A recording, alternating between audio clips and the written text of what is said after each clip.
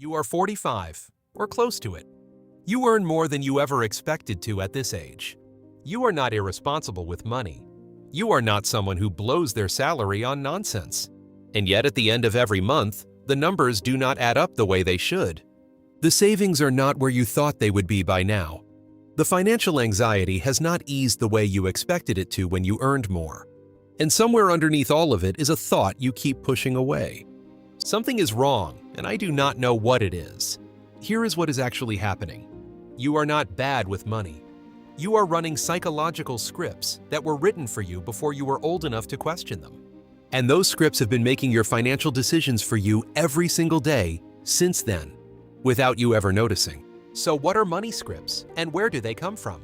Financial psychologist Dr. Brad Klontz spent years researching why intelligent, educated, high-earning people consistently make financial decisions that do not serve them. What he found was that most of our core beliefs about money are formed between the ages of around 5 and 15. Not from financial education, from observation. You watched how the adults in your life talked about money, or did not talk about it. You watched what happened when there was not enough, and what happened when there was. You absorbed the emotional temperature of money in your household before you had any framework to understand it. And your brain did what brains do. It turned those observations into rules. Rules like, money is always a source of stress. Rules like, people like us do not build real wealth. Rules like, if you have money, you should spend it before something goes wrong, and you lose it anyway. Klontz called these money scripts. And here is the critical thing about them. They do not feel like beliefs. They feel like reality. Which is why they are almost impossible to spot from the inside, and why they keep running long after the circumstances that created them have completely changed. Let me give you a real example of how this works.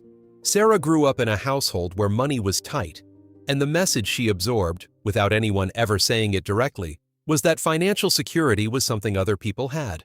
Not because her family was negative, just because that was the reality they lived, and reality becomes belief when you are young enough. Sarah worked hard, built a career, and by her early 40s, she was earning well above the national average. But she could never hold on to money. Every time her account started building up, something would happen. A purchase she did not really need. A generous gesture toward someone else. An upgrade that felt justified in the moment. And she spent years believing she just had a discipline problem. What she actually had was a script that said financial security is not for people like me.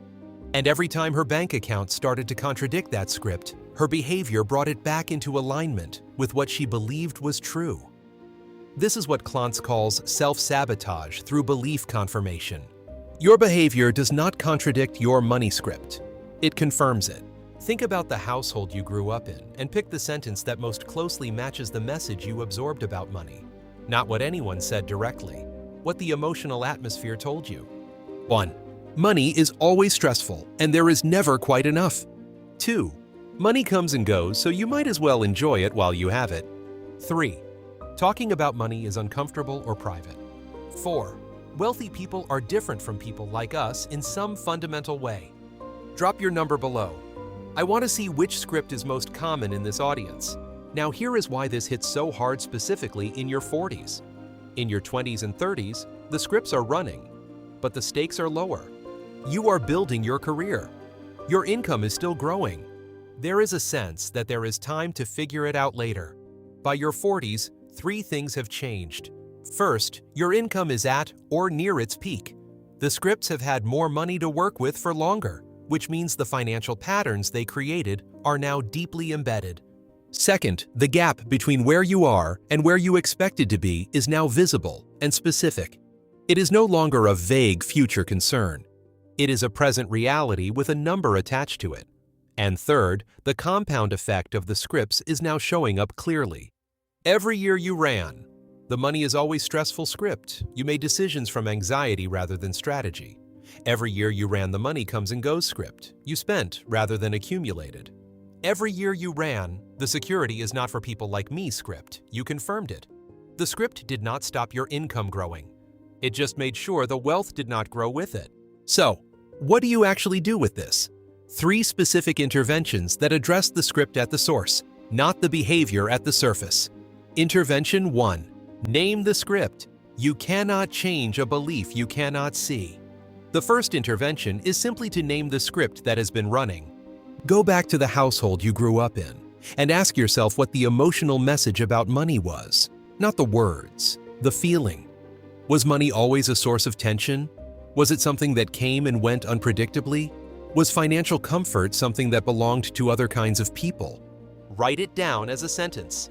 Because the moment you name a script, it stops being reality and starts being a belief you can examine. And beliefs, unlike reality, can be updated. Intervention 2. Find the contradiction. Once you have named the script, look for evidence in your current life that directly contradicts it. If the script says money is always scarce, find 3 times in the last year when you had more than you needed. If the script says security is not for people like you, find evidence of financial stability you have already built, however small. Your brain formed the script from repeated evidence. The way to update it is to give it new evidence, repeatedly and deliberately, until the new pattern becomes more familiar than the old one. Intervention 3. Change the decision filter. Every financial decision you make passes through the filter of your money script before you act on it. The intervention is to add a second filter. Before any significant financial decision, ask yourself one question. Am I making this decision from my actual situation or from the script I learned before I was 15?